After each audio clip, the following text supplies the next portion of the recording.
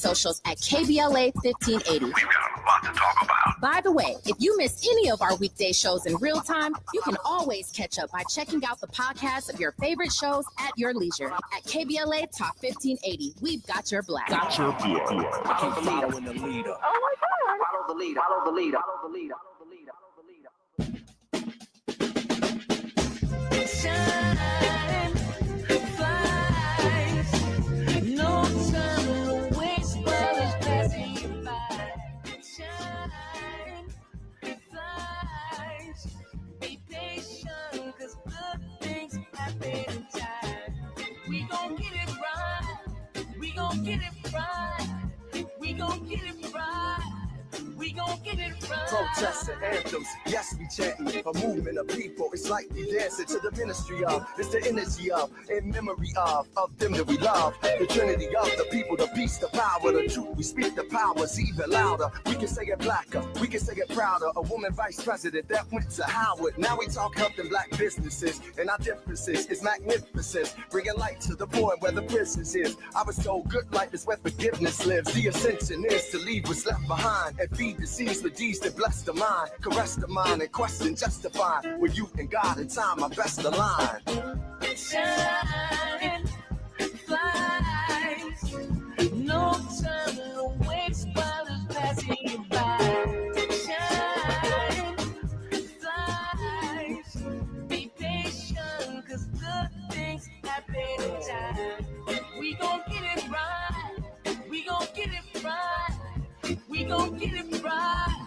We gon' get it right. How can I be a better father, son, a better grandson, honoring Fannie Lou's and the Fred Hamptons, the Harriets, the chariots that carry us to various areas that marry us to progress. Yeah, we the harvest, the lovely days and midnight marauders, even through charges and days of darkness. No, we in the hands of the greatest artists. I see it in the waters, I see it in our daughters. They can be bridges that know no borders. For so long, them folk try to ignore us. So we got the ballot boxes to vote for us. Peace to Stacey and the people of Georgia.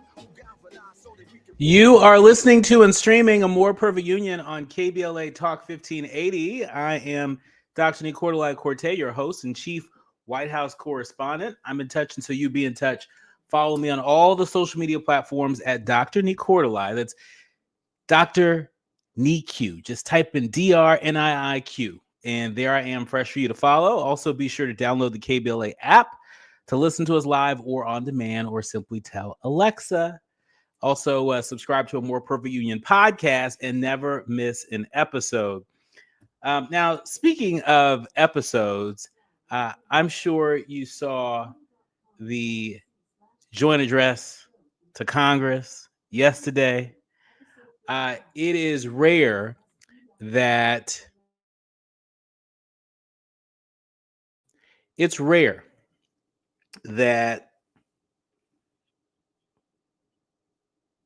we see anything like that. I mean, I don't know about you, but I tried to sort of take my mind off of it after all my group chats were going off and people were posting to social media. There's a lot happening, and we're going to get into that in a second. But I tried to take my mind off it and looking at what's on Hulu or Netflix, and ended up falling asleep on the couch again. Woke up in the middle of the night. Whatever you do, don't look at your phone when you wake up in the middle of the night, because then it's hard to put your mind back to sleep again. And so this is my friendly reminder to all of you that in the midst of everything that's going on, be sure to protect your peace. Protect your peace. You know, we didn't get here overnight. We're not going to get out of this inflection point in U.S. history overnight. And so be gentle with yourself. And with that, I transition to your national news roundup. I'm transitioning to the good, bad, and ugly headlines of the day. You decide. The GRIO and the Associated Press are reporting on the facts. A look at false and misleading claims made by Trump during his address to Congress. President Trump's Tuesday night address to the joint session of Congress, it highlighted several of the initiatives he started in his first 6 weeks in office, but many of his comments included false and misleading information. So, for example, he overstated the numbers on his immigration crackdown. Trump said that illegal border crossings last month were by far the lowest ever recorded. Ever. The facts say that Trump wrote in a Truth Social post on Saturday that Border Patrol apprehended 8,326 people on the U.S.-Mexico border last month, but U.S. government data shows that Border Patrol routinely averaged below that number in the 1960s, while February marked the lowest arrest totals in decades. Border Patrol averaged less than February 2025 for the first 7 years of the 1960s. The government website does not track U.S.-Mexico border totals before 1960. Border Patrol's monthly average was 1,752 arrests in 1961. So he embellished just a little bit. Also, it's important to point out that economists differ with Trump on tariffs. Trump said that tariffs, he said, quote, tariffs are making America rich again and making America great again. And it's happening. And it will happen rather quickly.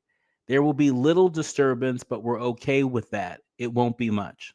Well, the facts are that Trump is banking on the idea that taxing imports is the road to riches for the United States. Most economists say that Trump's tariffs would hurt the country, as their tax increases that could raise the cost of goods in ways that could also do harm to economic growth. Trump suggests that the impact on inflation will be minimal. Now, watch this. The same person who said inflation would be over on his first day in office. We're 6 weeks in. Now he's saying the impact on inflation would be minimal when it comes to tariffs. All right, move that goalpost. When the Yale University Budget Lab looked at the tariffs that Trump imposed just this past Tuesday on Canada, Mexico, and China, it found that inflation would increase a full percentage point. Growth would fall by half a percentage point, and the average household would lose about $1,600 in disposable income. That's you and me. That's real money. Remember, for folks who are watching, the president suggested that there was evidence that Social Security money was being paid to many people over the age of 100. Yeah. Trump said, quotes, believe it or not, government databases list 4.7 million Social Security members from people aged 100 to 109.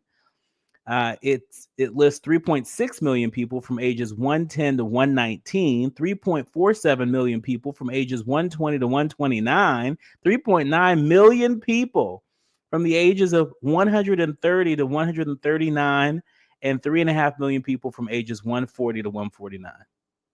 And money's being paid to many of them. And we're searching right now. End quote. That's what the president of the United States said last night. The fact is that the databases may list those people, but that doesn't mean that they're getting paid benefits. Part of the confusion comes from Social Security's software system based on the COBOL programming language, which doesn't use a specific format for dates.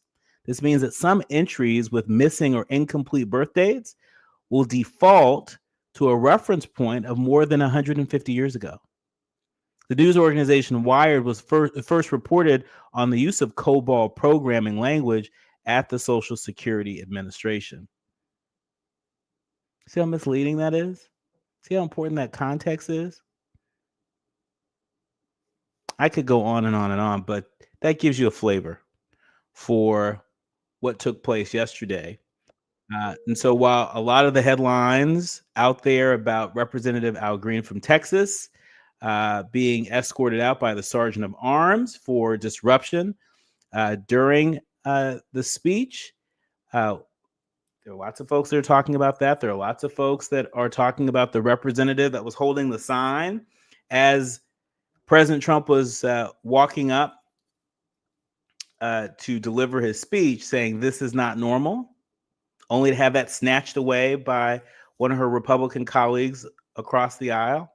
I get why people may not have opted to watch yesterday's speech, but I did. I felt it was my duty to watch it, as I've watched joint addresses before Congress and State of the Union since I was a kid.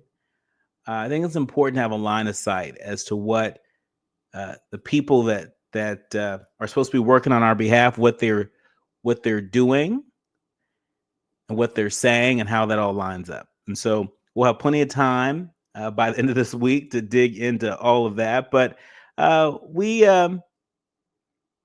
want to take a breather. Let's take a woo-saw.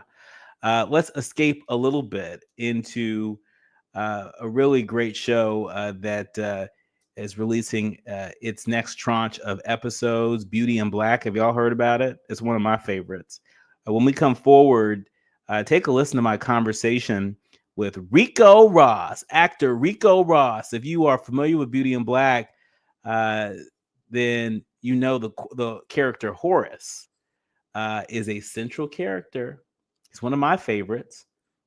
And he's right here with us on A More Perfect Union. When we come forward, you're listening to KBLA Talk 1580. You're listening to A More Perfect Union on KBLA Talk 1580. We've got a lot to talk about. Who cares about the Black community in Altadena? We do. On Saturday, March 8th at 10 a.m., it's the premiere of Conversation Live, Altadena Rising with James Farr. This new weekly show will explore the deep roots and resilience of Altadena's Black community as we track its recovery and reimagine its future. From relief efforts to rebuilding, we're raising up voices, stories, and solutions to build back Black Altadena better and stronger than ever. It's Conversation Live, Altadena Rising with James Farr every Saturday at 10 a.m. beginning Saturday, March 8th with an encore presentation Sundays at noon. James Farr, the man who is the voice for Black Los Angeles. At KBLA Talk 1580, we've got your black. At Charmin, we heard you shouldn't talk about going to the bathroom in public, so we decided to sing about it. Charmin Ultra Strong. You can use less, better than the rest. Charmin Ultra Strong. Your booty past the clean test. Salmon weave texture, it's the best. Study up, teach a lesson on fresh. Your booty past the clean test. Yes, sir. Charmin Ultra Strong. Charmin Ultra Strong with diamond weave texture cleans better than the leading one-ply brand, so you can use less. Enjoy the go with Charmin. What's that sound? That's the sound of Downy Unstoppable scent beads going into your washing machine and giving your clothes freshness that lasts all day long. There it is again. It's like music to your ears, or more like music to your nose. That freshness is irresistible. Let's get a Downy Unstoppables bottle shake. And now a sniff solo. Nice. With Downy Unstoppables, you just toss, wash, wow, for all-day freshness. KBLA Talk 1580. We've got a lot to talk about.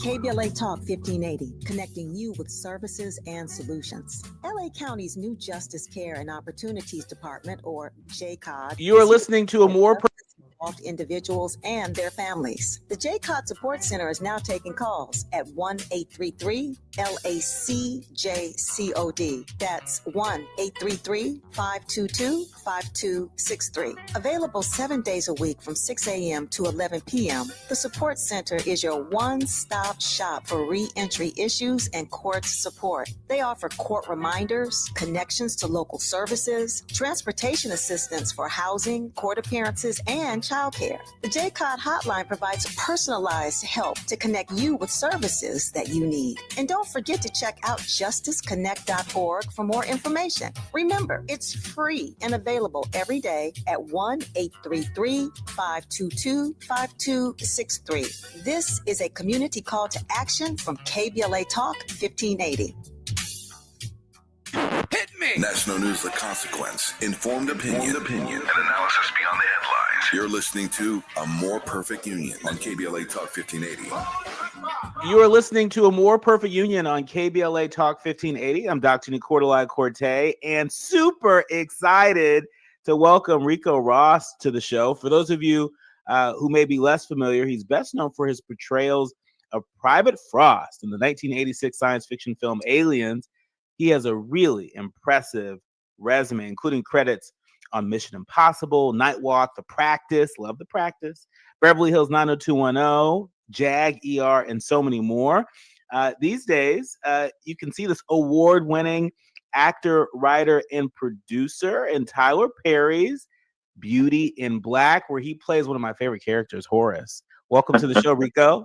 My pleasure, my man. My pleasure.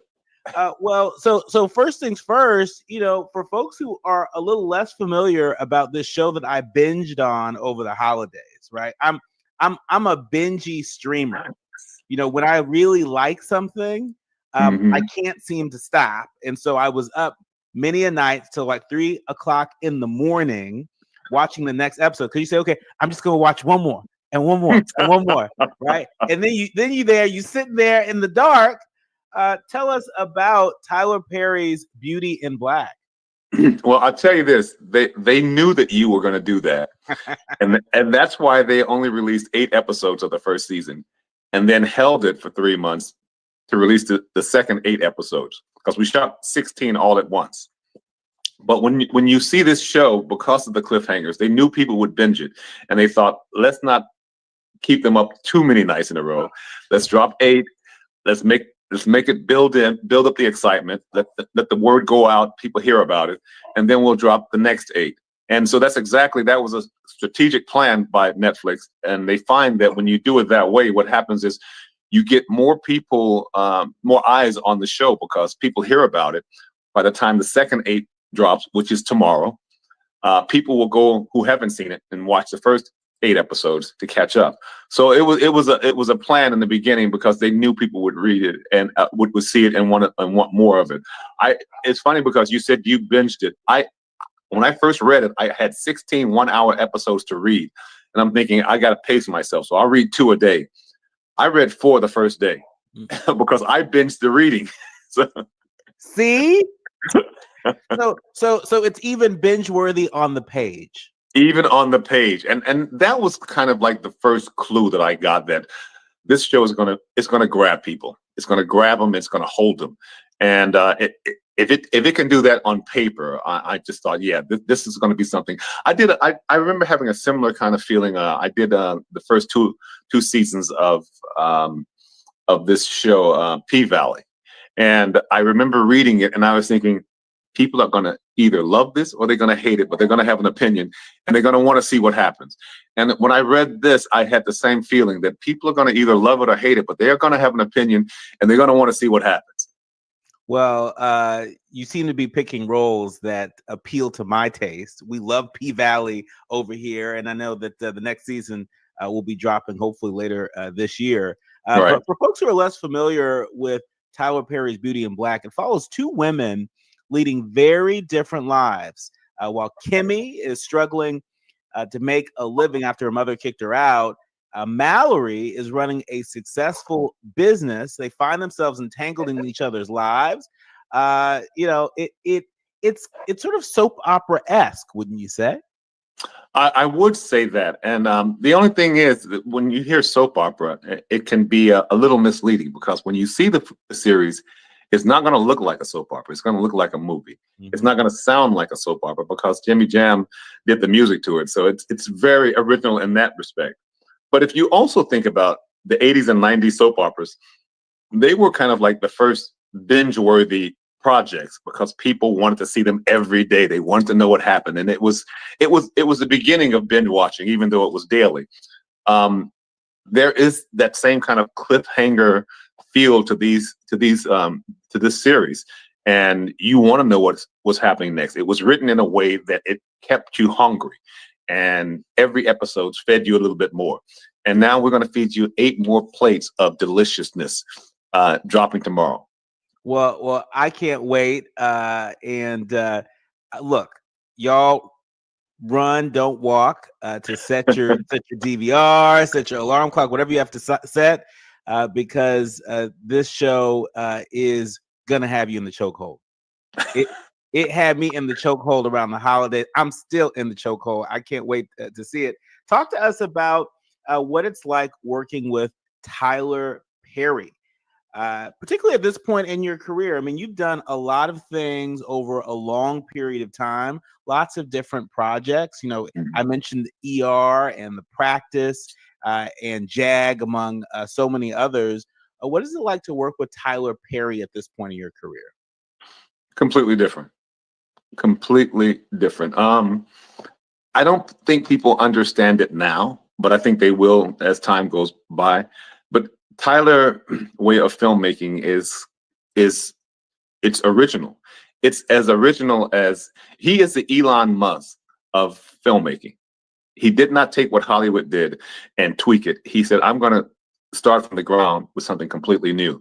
And that's the way he shoots. And that's why he can produce 16 one-hour episodes in the course of 3 or 4 weeks. So it's very different. The man is a savant when it comes to artistry, because he's not only writing these, he's producing them, he is directing them, he's casting them, hand-picking people, and he's doing it all himself, and it works.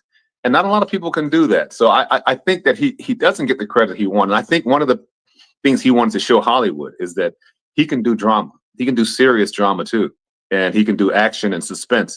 And Netflix had the faith in him to give him 16 one-hour episodes on the first rodeo. And that usually doesn't happen these days. They'll give you 8 and see how it goes. They gave him 16 episodes, and they're each 1 hour, and he delivered. And I think his appreciation will come later in life, because the guy he's a special artist.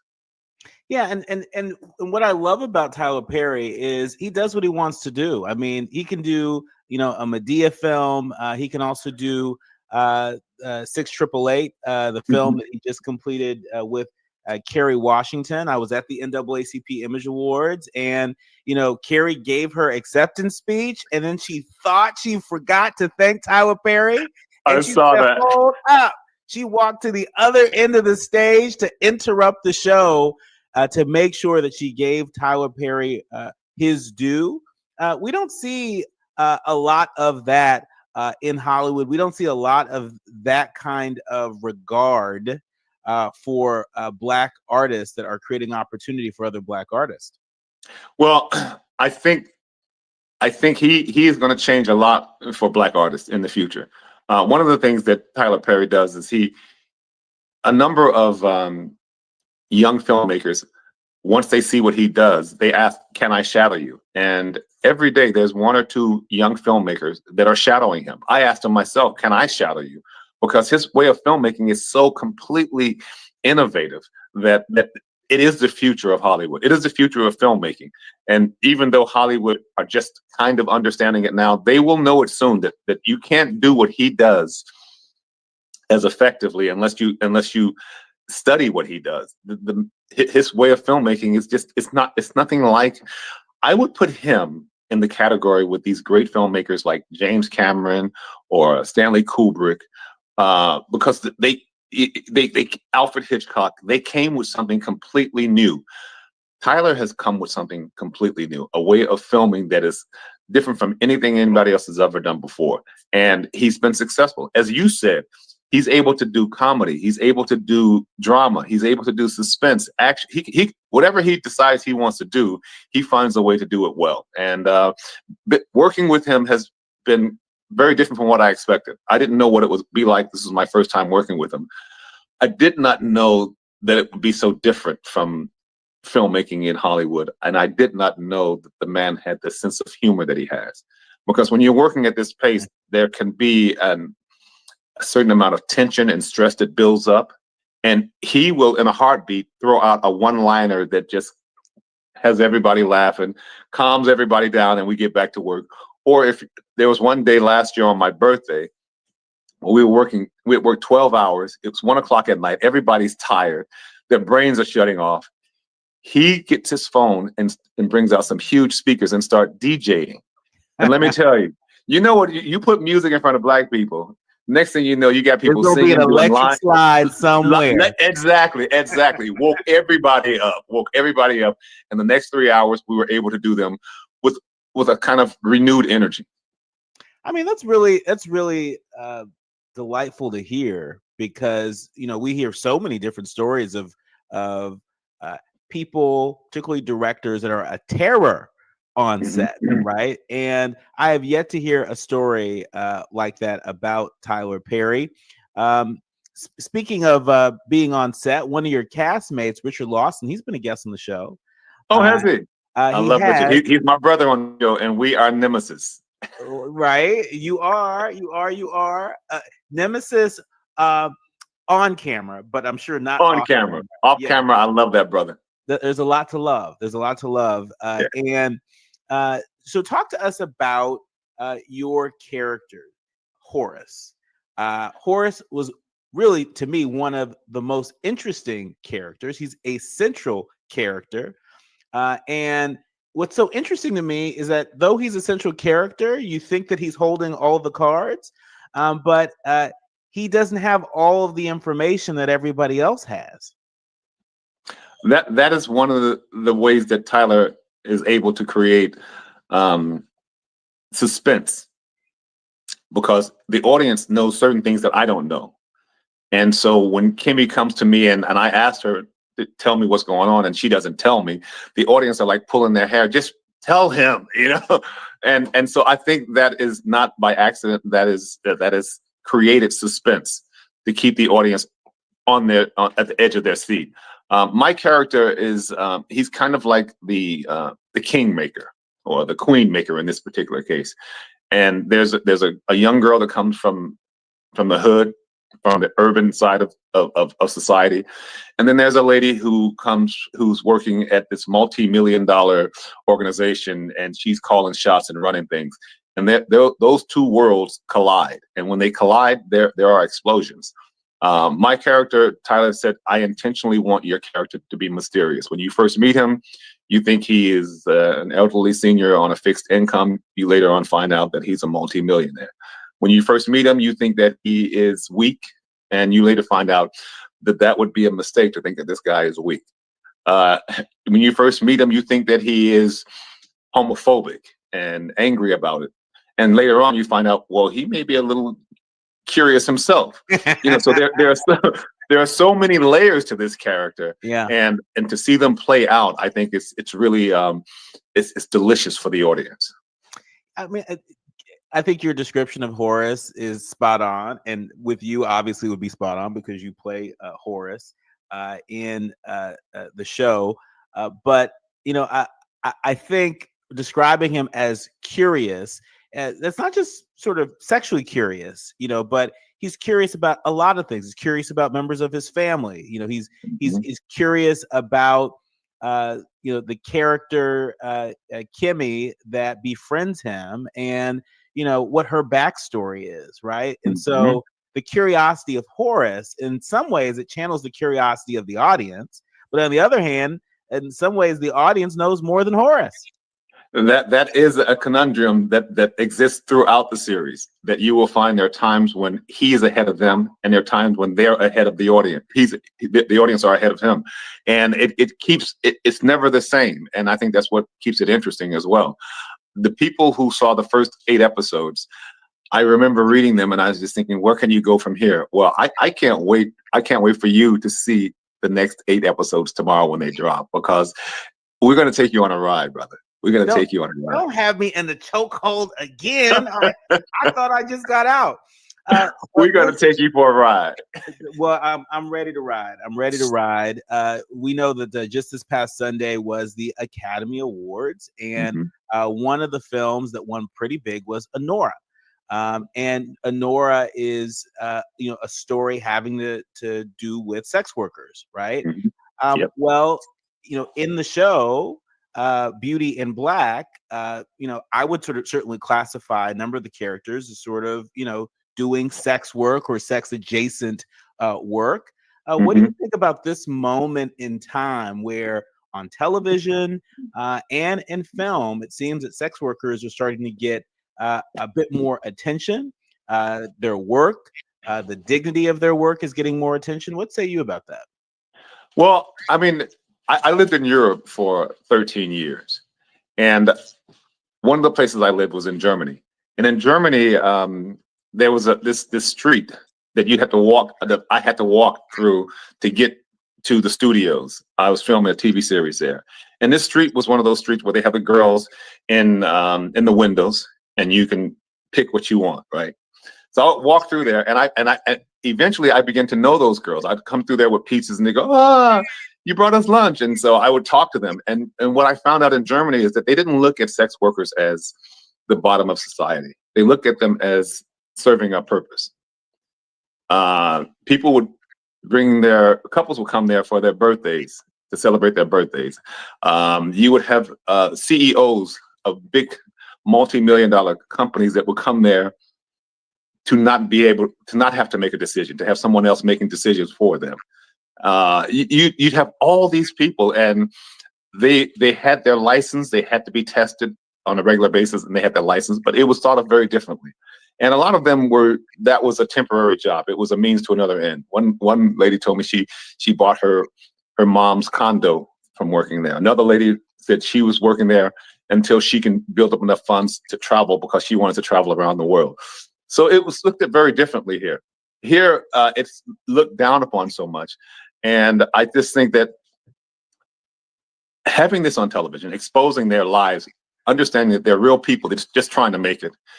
A lot of you'll find cases where in the States and other places where someone's a single mother. She can't afford to go to a regular job and pay a babysitter. And so she needs something where she can make quick money, fast money, and be able to spend time with her daughter. So it looked at very differently. And when you see this TV series, you'll see that these people are real people just trying to make it in the world.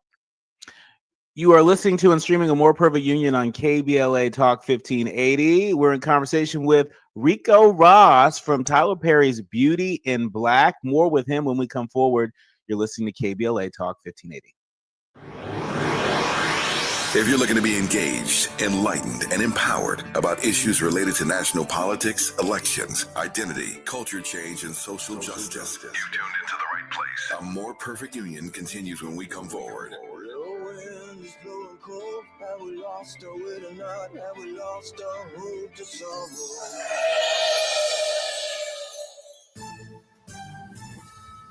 I'm Amber Payton with 4 Things You Should Know with BIN News. President Trump's address to Congress stirred drama as Texas Democrat Al Green, who is black, was escorted out for shouting at him. Now Republicans are pushing to censor him.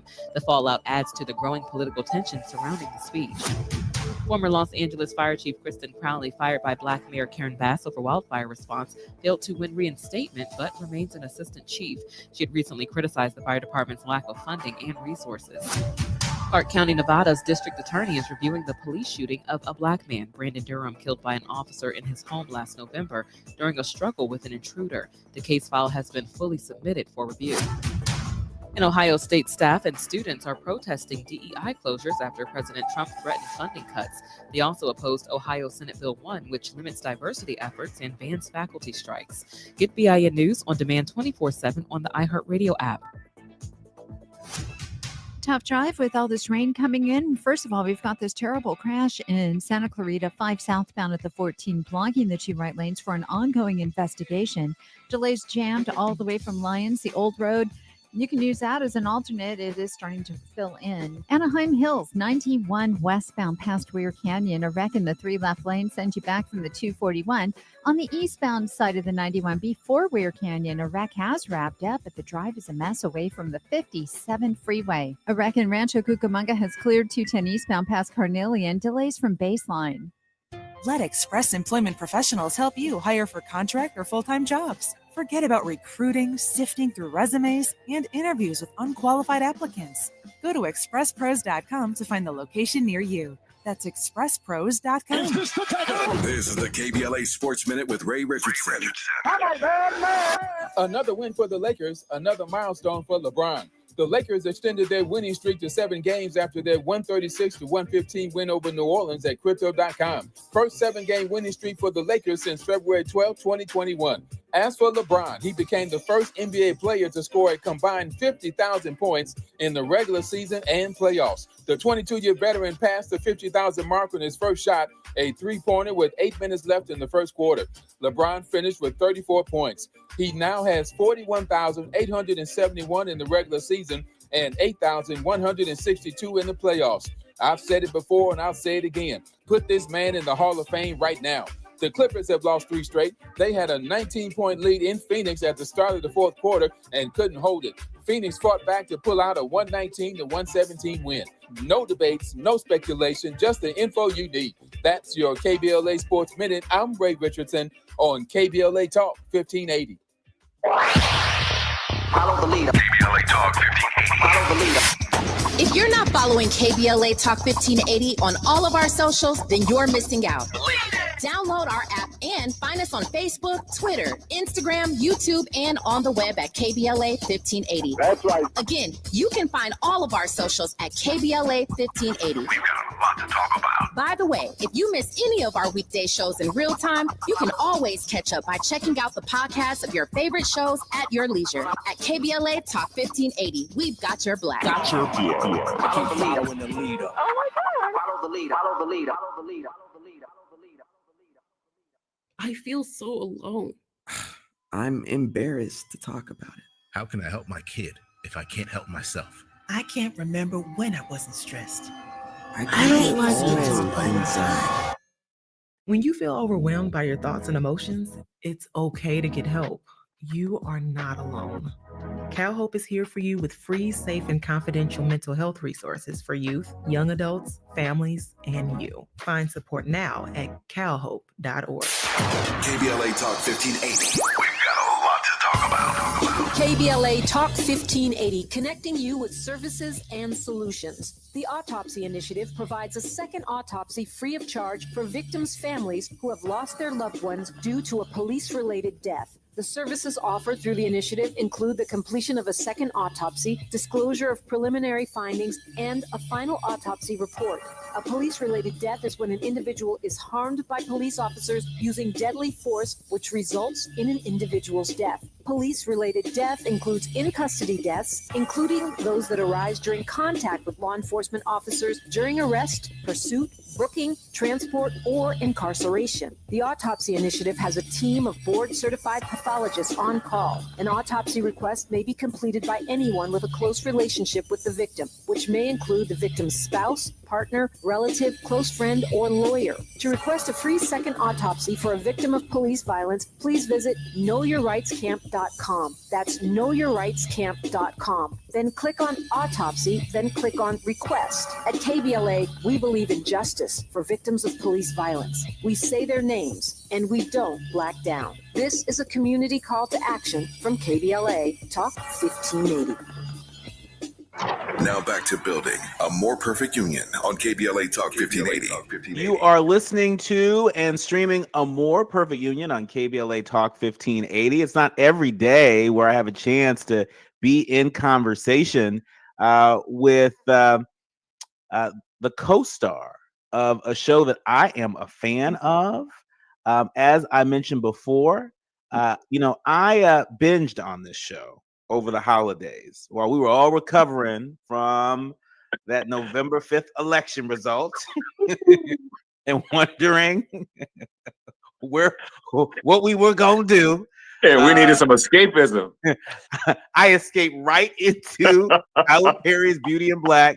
And I have a feeling that so many of you may want to do the same as the next tranche of episodes drops tomorrow, March 6th.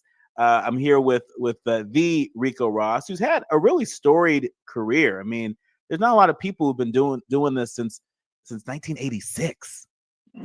1986. Yeah. It's now 2025, right? And Ricco looks like he could be my brother.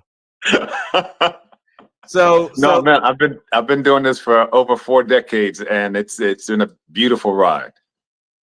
It's been a beautiful ride, and I would imagine, I think part of what I discern from your longevity is that you've done a number of different things, right? You haven't just acted, you've been a writer, you've been a producer, And you've even moonlit in other industries as a model. How'd you hear about that? You know, I do my research.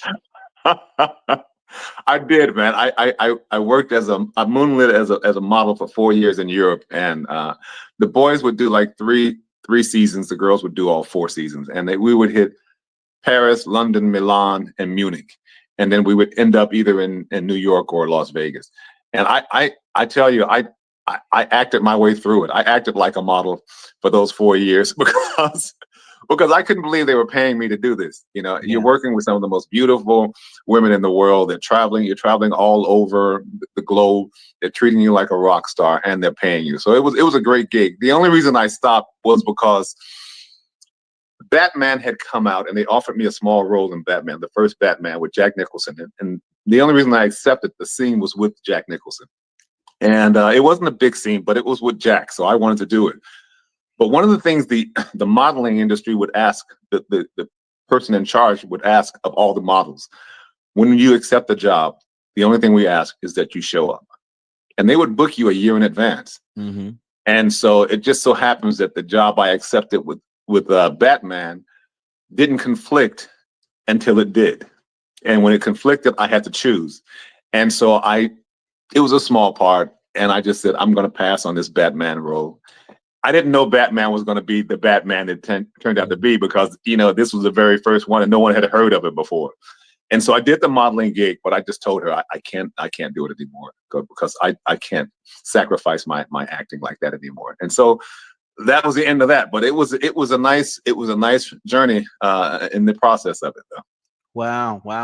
I mean, just one small decision really sort of altered the course of your career for the good.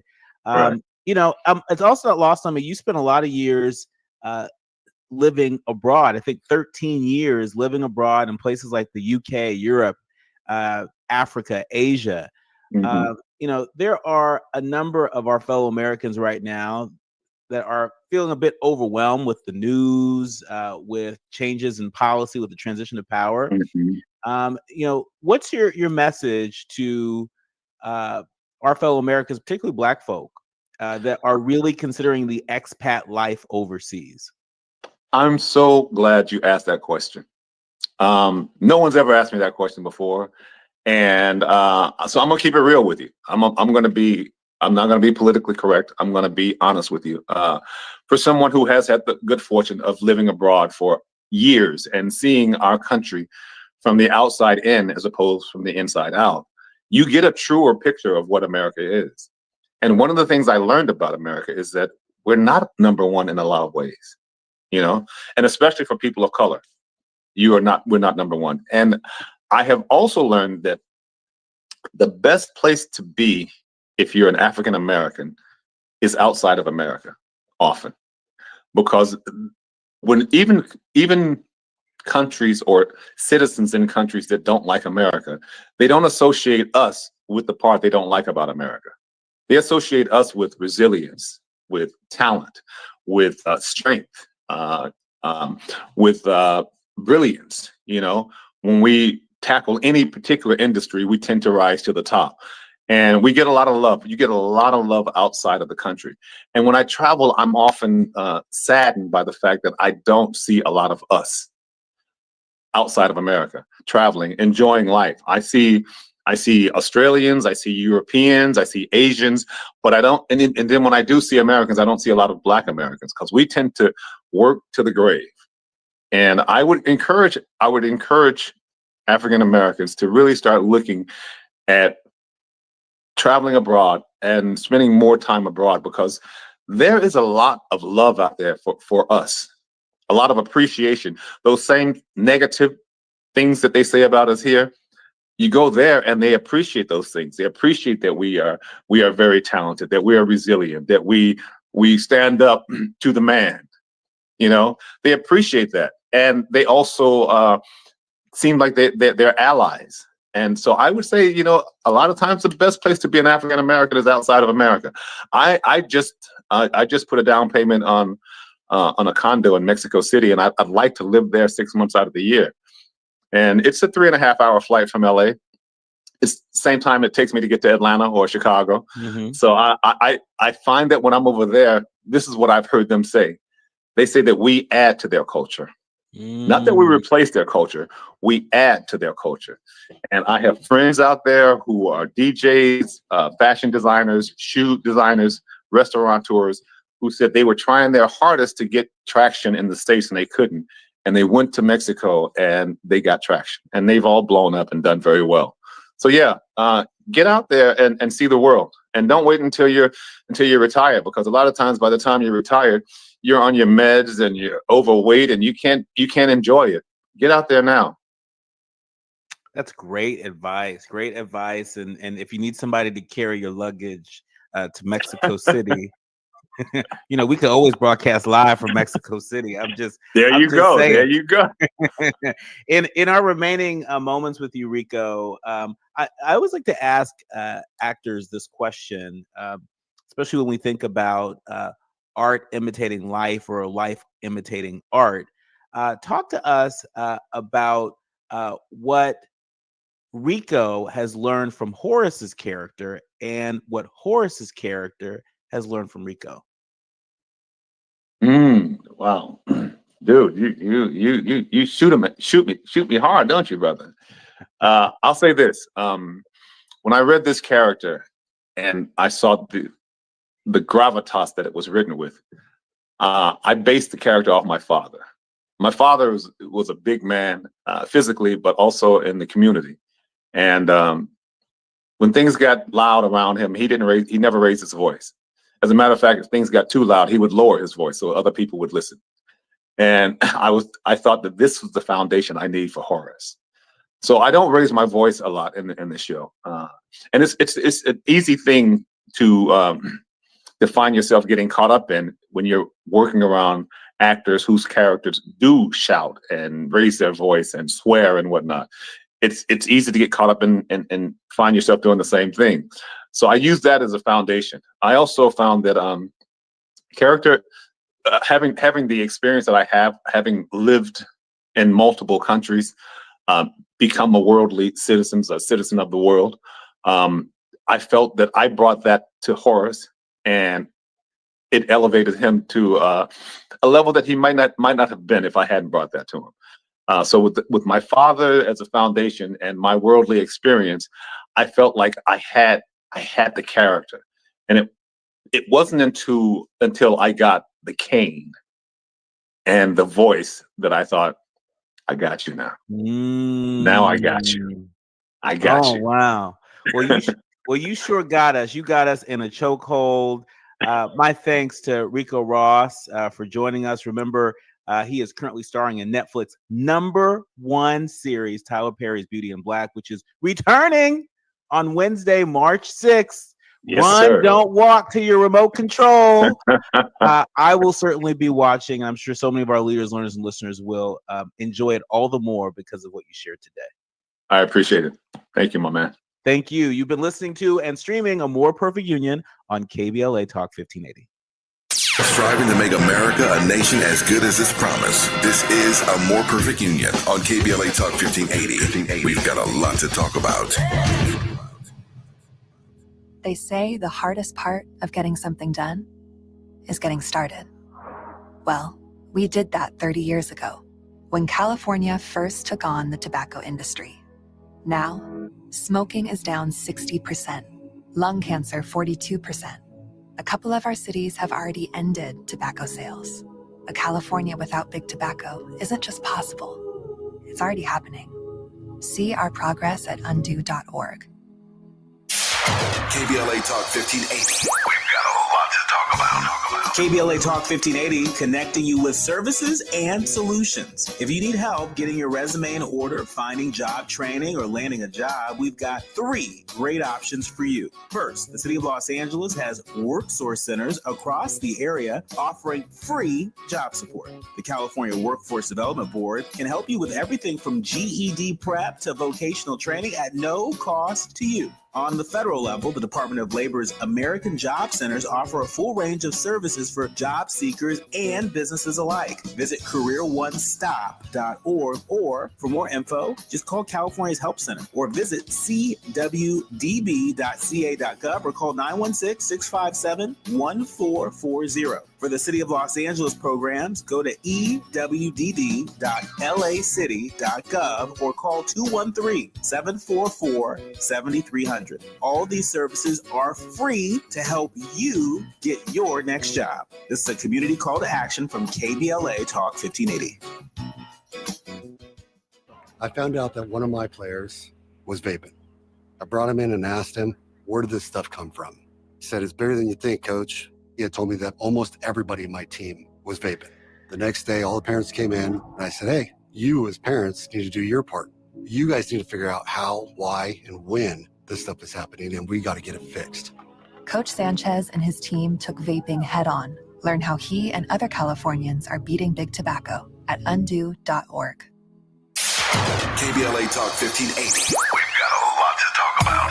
KBLA Talk 1580 reminds you, when we fight, we win. The Youth Justice Coalition is challenging America's addiction to incarceration and discrimination. YJC works to dismantle policies leading to mass incarceration, law enforcement violence, and the school-to-prison pipeline. Their approach? Transformative justice, community intervention, free LA high school, legal defense, and system monitoring. YJC promotes safety without relying on prisons. Their goal? Prevent system contact and help people exit the system through direct action, advocacy, and education. Want to get involved or need help? Call 323-235-4243. That's 323-235-4243. Join YJC in creating change. When we fight, we win. KBLA Talk 1580, your voice for justice. This is a community call to action from KBLA Talk 1580. We face tragedy, but we don't fall into despair. We continue our work to build a more perfect union. You are listening to and streaming A More Perfect Union on KBLA Talk 1580. It's about that time for the quiet part out loud. Capital B News reporting on what it looks like to advocate for Black businesses, even as anti-DEI efforts ramp up. It's no question that DEI is on the chopping block. I mean, just yesterday we were talking with our friend Jamar Brown, the executive director of Color of Change PAC, about how Black Lives Matter Plaza right here in Washington, D.C., where I'm reporting today, that Black Lives Matter Plaza is going to be renamed. And it's going to be renamed because a Republican in the House of Representatives threatened to cut DC's funding.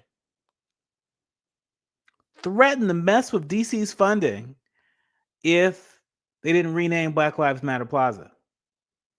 So DC Mayor Muriel Bowser acquiesced, and her office confirmed yesterday that they will be renaming Black Lives Matter Plaza. But you better believe that's not the end of it. It is not the end of it. But for every action, there's an equal and opposite reaction. You see, in 2020, Aurora James launched the 15% Pledge, which is a commitment to reserve 15% of shelf space for Black businesses. Nearly 30 major retailers are still on board. And we love to see it. On the first day of Black History Month, dozens of Black businesses joined together for the 15th Street Block Party in the back lot of Paramount Studios in Hollywood. And the weekend-long event featured folks like Christopher John Rogers, a fashion label popularized by Michelle Obama, Pattern, the healthcare line started by actress Tracy Ellis Ross, and Brandon Blackwood, the accessories and apparel line with celebrity fans including Jenna Ortega and Queen Bee herself, Beyonce. As companies from McDonald's to Target to Google roll back their diversity, equity, and inclusion initiatives, Following President Trump's executive order to strike such programs from public life, the two-day block party to drum up support for Black businesses verged on an act of defiance. And in a way, it was. Shortly after the Minneapolis police murder of George Floyd, shortly after that left, shortly after a number of folks engaged in that mass global protest in the summer of 2020, there are a number of folks that got involved. People like Aurora James, the founder of the 15% Pledge, got involved. She got the idea to start this 15% Pledge, a commitment major retailers have made, again, to reserve 15% of their shelf space to Black businesses, since Black people make up nearly 15% of the U.S. population. Nearly 30 corporations, including Macy's and Nordstrom's, Sephora and Ulta Beauty, they've signed the pledge. And in 5 years, the 15% Pledge intends for its efforts to lead to $1.4 trillion of wealth generation by Black enterprises. James, who is from Toronto, she started her luxury accessory brand, I think it's called Brother Vellies, in 2013 with $3,500 in life savings. She started at a flea market on Manhattan's Lower East Side. So she knows what it takes. She knows what it's like to need resources and exposure as a small business owner. And so today, Brother Vellies has a celebrity following, including Solange Knowles and Zendaya and Beyonce, and has been featured in a number of places, including the vinyl version of the Grammy-winning album Cowboy Carter. Remember, I was saying before, we can feed the fear or feed the imagination. Here is Exhibit A. This is what it can look like to feed the imagination even while we are under attack. We'll have to leave it there. You're listening to A More Perfect Union on KBLA Talk 1580. More when we come forward.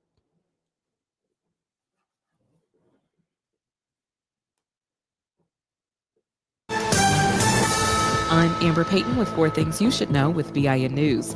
The White House called Democrats' behavior during President Trump's address shameful, citing their lack of applause. Press Secretary Caroline Leavitt noted they only stood for Ukraine, while African-American Rep. Al Green was